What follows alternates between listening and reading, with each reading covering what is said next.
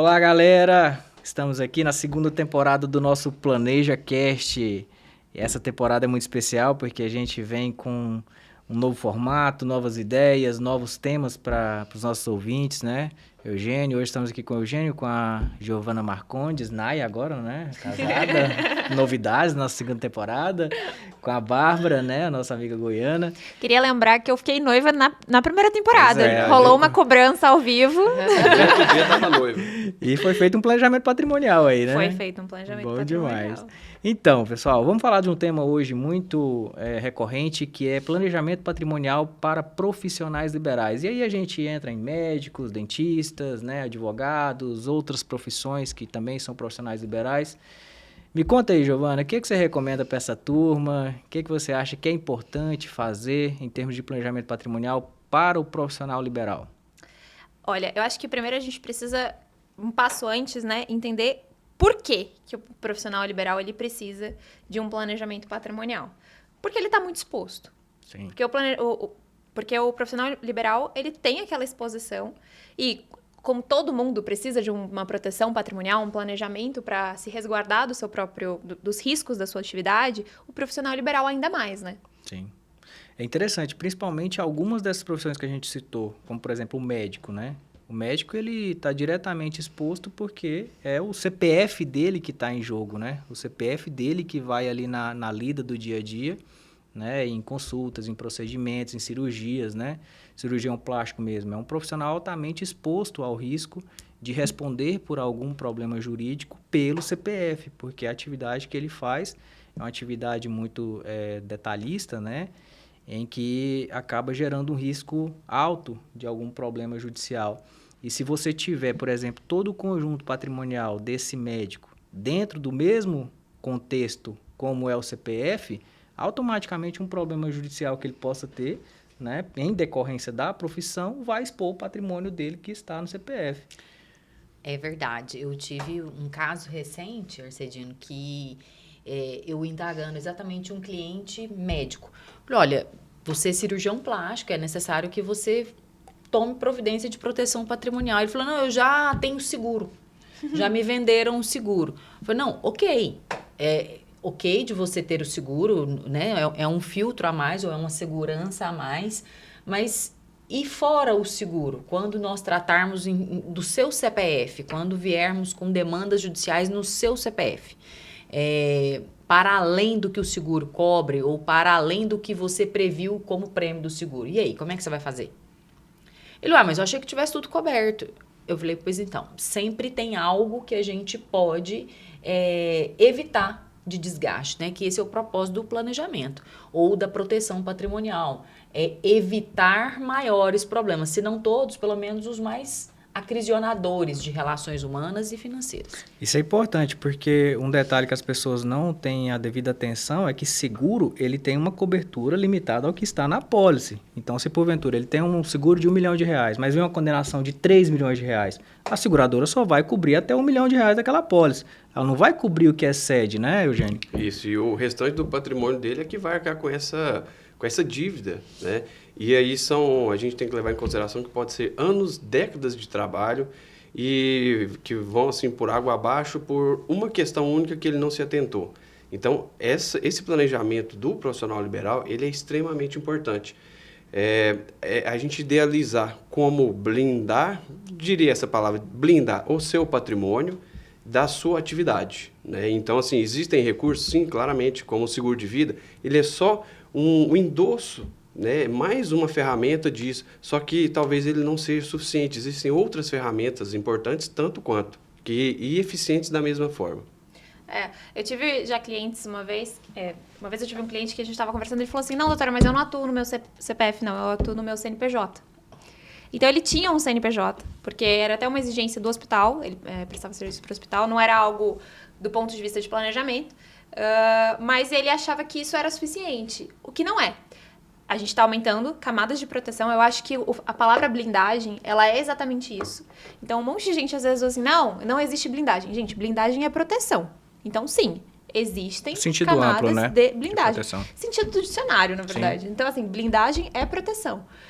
E E ele tinha uma camada, mas para eu ter uma desconsideração de personalidade jurídica nessa camada, não era algo tão difícil assim, não é algo tão complexo. Então, só o CNPJ, só exercer pelo CNPJ não é suficiente, certo? Você está certíssima. Agora, a questão é que às vezes as pessoas até confundem isso aí. Por exemplo, o médico ele tem essa falsa sensação de que por ter o CNPJ e prestar o serviço no CNPJ para um hospital, por exemplo, ele está protegendo ou isentando o seu CPF de problema, mas não está. Porque se for ele realmente, o médico que vai estar à frente de um serviço ou de um procedimento que a jurisprudência, que a justiça possa entender como incorreto, ele vai responder no CPF. Inclusive de forma solidária, né, Bárbara? Isso aí é muito importante as pessoas terem essa conscientização da diferença, porque eles podem ser levados a erro em decorrência desse pensamento equivocado. E aí a gente passa a análise para um outro paradigma processual, né? Que é também recorrente, que a gente vê tanto falar na mídia, que é a quebra da personalidade jurídica, né? A desconsideração da personalidade jurídica. Então, essa fala, eu faço no meu CNPJ... lamentavelmente, a gente vê muito essa venda da ilusão, né? Eu estou contratando com um CNPJ. Né? Mas existem algumas profissões de intuito personae, ou melhor dizendo, profissões prestadas na pessoa. Eu vou no escritório do Eugênio, eu estou contratando o Eugênio. Eu, consumidor vulnerável que sou, eu não estou entendendo que eu estou contratando a holding prestadora de serviço, por exemplo, ou uma holding. Não, eu estou entendendo que eu estou contratando o Eugênio. Então, isso, o fato de eu ser advogada não me deixa confundir, não me obriga a saber que o Eugênio é um e o CNPJ dele é outro. Quanto consumidora, somos todos vulneráveis. Esse é o princípio legal. E aí, esse princípio vai impactar exatamente na ordem prática de... eu vou buscar a responsabilização pelo CNPJ. Muito bem. Além do CNPJ, o que eu posso buscar receber? Lá no CPF. Então, aí se você está com o seu patrimônio no CPF descoberto, é hora, então, de você responder também. Não é que nós estamos instituindo calote, não é isso, né? É simplesmente pagar pela obrigação na medida em que você escolheu por isso. Então, aí é no momento da contratação, eu vou contratar um serviço, em que riscos eu tenho nessa operação, em que risco a pessoa com quem eu contrato colocou, empenhou nessa operação. Então, não é a legalização do calote, é tão somente a transparência sobre todos os aspectos na relação consumerista, inclusive. E se esse profissional aqui tem uma pessoa jurídica em que ele presta serviços, né, já existem riscos, imagina aquele profissional liberal que não tem essa pessoa jurídica. Olha o potencial risco que é muito maior em relação ao outro. Com certeza. E um detalhe importante, por exemplo, a gente levantou toda a problemática, mas e como que a gente pode fazer, por exemplo, para solucionar essa demanda, né? Esse problema que é decorrente da própria atividade que o profissional exerce. A gente pode segmentar a parte patrimonial dele em uma holding, por exemplo, e deixar a parte operacional da atividade clínica, da atividade médica, da atividade de advocacia, por exemplo, que se a gente estiver trabalhando como advogados, enfim, a gente segmentar em CNPJs, em estruturas jurídicas diferentes. Perfeito. Onde a patrimonial vai ser inserido os bens, o patrimônio daquele médico, o apartamento, a casa, a chácara, a fazenda que ele foi adquirindo ao longo de uma vida, ele coloca dentro daquela estrutura patrimonial. E a parte operacional do serviço, ele vai continuar fazendo pela clínica médica dele, ou mesmo pelo CPF dele. Só que a gente separa o risco, né, da atividade do patrimônio daquele médico. Perfeito. E acho que um ponto também importante a gente colocar é que a gente está usando o exemplo do médico, porque é um exemplo assim, cotidiano, que a gente... Talvez o mais claro e o mais óbvio. Mas isso se estende para todos os profissionais liberais e não só profissionais liberais, né? Vou dar um exemplo que eu vivo dentro de casa. Engenharia civil. Ótimo. O engenheiro civil, ele é responsável pelo Código Civil, ele é responsável pela solidez da obra, por exemplo. Então, ainda que se tenha uma construtora, ainda que se tenha... O engenheiro assina ali a responsabilidade. Empreitada, né, gente? O responsável técnico, né? Ele é o responsável... O engenheiro civil é o responsável técnico pela obra. Então, se algo ali dá errado, se algo ali acontece, a gente vai ter uma discussão, e muito, como você muito bem colocou, Bárbara, que a gente não está aqui instituindo calote, mas que a gente tem ali um espaço de discussão dentro do processo para me defender, para entender o que aconteceu, o que não aconteceu, não ter os meus bens penhorados no momento seguinte que essa tragédia sobressair uma condenação, e tiver uma condenação, exato. Então, assim, aqui é uma estratégia para a gente ter potencial de negociação, preservação da defesa, e dentre outros, e não se resume só ao médico. Eu queria trazer essa história do engenheiro civil, porque lá em casa... eu trouxe também, porque lá em casa... É verdade. É verdade. E assim, não se trata só da questão de organização de patrimônio, né? Porque quando a gente fala de planejamento, eu acho que é muito mais amplo do que pensar só em tirar do CPF e passar para um CNPJ. Isso é organização patrimonial. Mas também tem a organização tributária, o planejamento tributário que reflete. Então, não conheço ninguém que goste de trabalhar e pagar muito tributo, sendo que a gente tem possibilidades legais de trabalhar e pagar menos. Então, não é não pagar, não é não sonegar, né, Eugênio? É diferente de sonegar. A gente tem ferramentas, né, que a própria lei estabelece isso, que a gente pode fazer economia tributária. E por que não fazer se a lei nos possibilita isso, né? É diferente de sonegar. Eu acho que perfeito, e acho que a gente pode fazer essa organização dessa forma, né? Então, primeiro, a gente vai pegar todo o patrimônio e estabelecer em caixinhas. Eu gosto de fazer sempre essa dinâmica com o cliente. A gente vai olhar para a caixinha pessoa, então eu vou entender os riscos que a pessoa incorre, a exposição que ela tem ali. Então, seja um médico, seja um engenheiro, seja um advogado, seja um empresário, enfim. E eu pego o patrimônio dela e também divido em caixinhas. Ativos financeiros, ativos imobiliários, a própria clínica, atividade operacional. Então, quando eu coloco ali em caixinhas, eu tenho tanta possibilidade de aumentar o meu patrimônio, porque eu coloco mais camadas de blindagem, porque cada patrimônio, cada caixinha vai estar alocada numa estratégia de proteção. E eu também consigo enxergar da melhor maneira do ponto de vista tributário. Porque muitas das vezes vale a pena eu ter um regime tributário numa imobiliária, por exemplo, pensando no construtor, Sim. né? E um regime tributário diferente numa operacional empreiteira, por hipótese, assim, ou qualquer outro exemplo. E olha como as coisas se conectam. Você falando isso aí, atividade imobiliária, né? Pensando como engenheiro. Mas eu tenho um caso atípico, voltando para o campo do médico, que é muito comum. E aí entra até a hold como estratégia de negócio. O médico, ele trabalhou, conquistou um determinado patrimônio e agora ele está investindo em imóveis para aluguéis. Se ele locar esses imóveis pelo CPF dele, além da exposição, desse risco todo que a gente já vem falando aqui, ele vai estar sujeito a pagar muito mais imposto do que ele pagaria dentro da estrutura jurídica de uma hold, por exemplo, com atividade voltada para a atividade imobiliária, né? Com a prática imobiliária inserida dentro do contexto daquela hold. Um exemplo que eu fiz, já fiz até esse cálculo uma vez recente para um cliente, estimando que ele tinha um rendimento de mais ou menos R$50 mil por mês, decorrente de aluguéis, né? Por ano ele teria uma renda em torno de R$600 mil. Isso, em tese, no CPF, ele pagaria quase R$160 mil de imposto de renda, né? E se a gente alocar essa estrutura toda dentro de uma hold imobiliária, por exemplo, ele pagaria em torno de 60 mil. Ele teria uma economia de R$100 mil dentro desse contexto.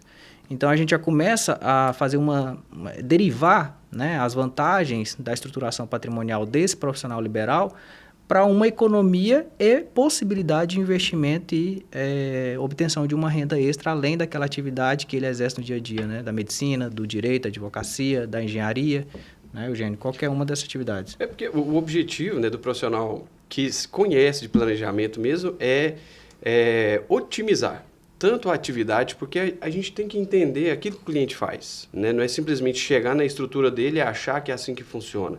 A gente tem que entender como funciona, o que está nos bastidores ali, para, após essa compreensão, proporcionar um melhor cenário para ele. E aí sim a gente idealiza como vai ser a melhor organização patrimonial, com a melhor estrutura tributária, para que ele trabalhe com a eficiência que ele tem e tenha os ganhos aumentados ao longo do tempo. E ele vai perceber que ele mantendo a mesma sistemática de trabalho, de gestão dos próprios ativos, agora de uma forma mais otimizada, ele vai ter um resultado muito mais positivo. E 100% dentro da lei. Excelente. Alguma consideração, doutora Bárbara Cruvinel? Não me faça representar nas palavras dos nobres causídicos colegas. Giovana, e aí? Considerações finais a respeito desse tema? Eu queria levantar mais um ponto, na verdade, que eu acho importante a gente falar, já que a gente está tratando dos profissionais liberais. A importância de um contrato de prestação de serviços bem feito. E eu posso levar até isso do ponto de vista de planejamento sucessório, porque... Delimitação de responsabilidades, tudo isso. Exatamente. Eu preciso ter um contrato de prestação de serviço preparado, especialmente para aquele fim da atividade daquele profissional. Então, qual que é a responsabilidade do ponto de vista sucessório? Se ele vier a falecer, o que acontece? Quem que cumpre, quem que não cumpre, herdeiros, responsabilidade. Então, eu preciso ter um contrato bem feito. Eu preciso trazer isso para o documento para que eu tenha proteção dos meus herdeiros, dos meus filhos. E também na contratação, né? Eu olhar para o contrato ali e também perceber se eu estou sendo protegida ou não, né? Até onde eu consigo cobrar se algo acontecer ou não. Então, acho que esse é um ponto importante da gente olhar como profissional liberal, não só do ponto de vista de proteção, de blindagem, etc., mas também no sentido de, durante a vida, até que ponto eu estou sendo protegido e não estou. Eugênio. Não, para finalizar, eu acho que fica a ideia de... Existe um achismo muito grande, né, na praça, todo mundo falando que ouviu dizer e tudo mais, só que, na realidade, esse tema ele é muito mais amplo, muito mais profundo, e ele mexe com muito mais coisas que a pessoa pode imaginar. Então, por isso que um planejamento patrimonial, tributário, sucessório, ele tem que ser realizado por quem realmente conhece do que está fazendo. E fugir dessas promessas aí que existem, né? Porque promessa de não pagar tributo, se realmente fosse possível, a gente estaria trabalhando assim dia e noite, sem parar, com filas e filas, mas realmente não é isso que acontece. Sempre desconfie de soluções fáceis. E é isso que a gente está falando, está tudo interligado, como a Giovana bem ponderou. A questão operacional, a questão contratual, tudo isso passa pelo planejamento patrimonial, pelo planejamento sucessório, pela organização da atividade do médico, do advogado, do engenheiro, do profissional liberal, quem quer que seja. E esse foi mais um episódio do PlanejaCast. Se você gostou do conteúdo, dá o seu like aí pra gente, compartilhe, divulgue e acompanhe os nossos próximos episódios. É isso aí, muito obrigada. Valeu, pessoal!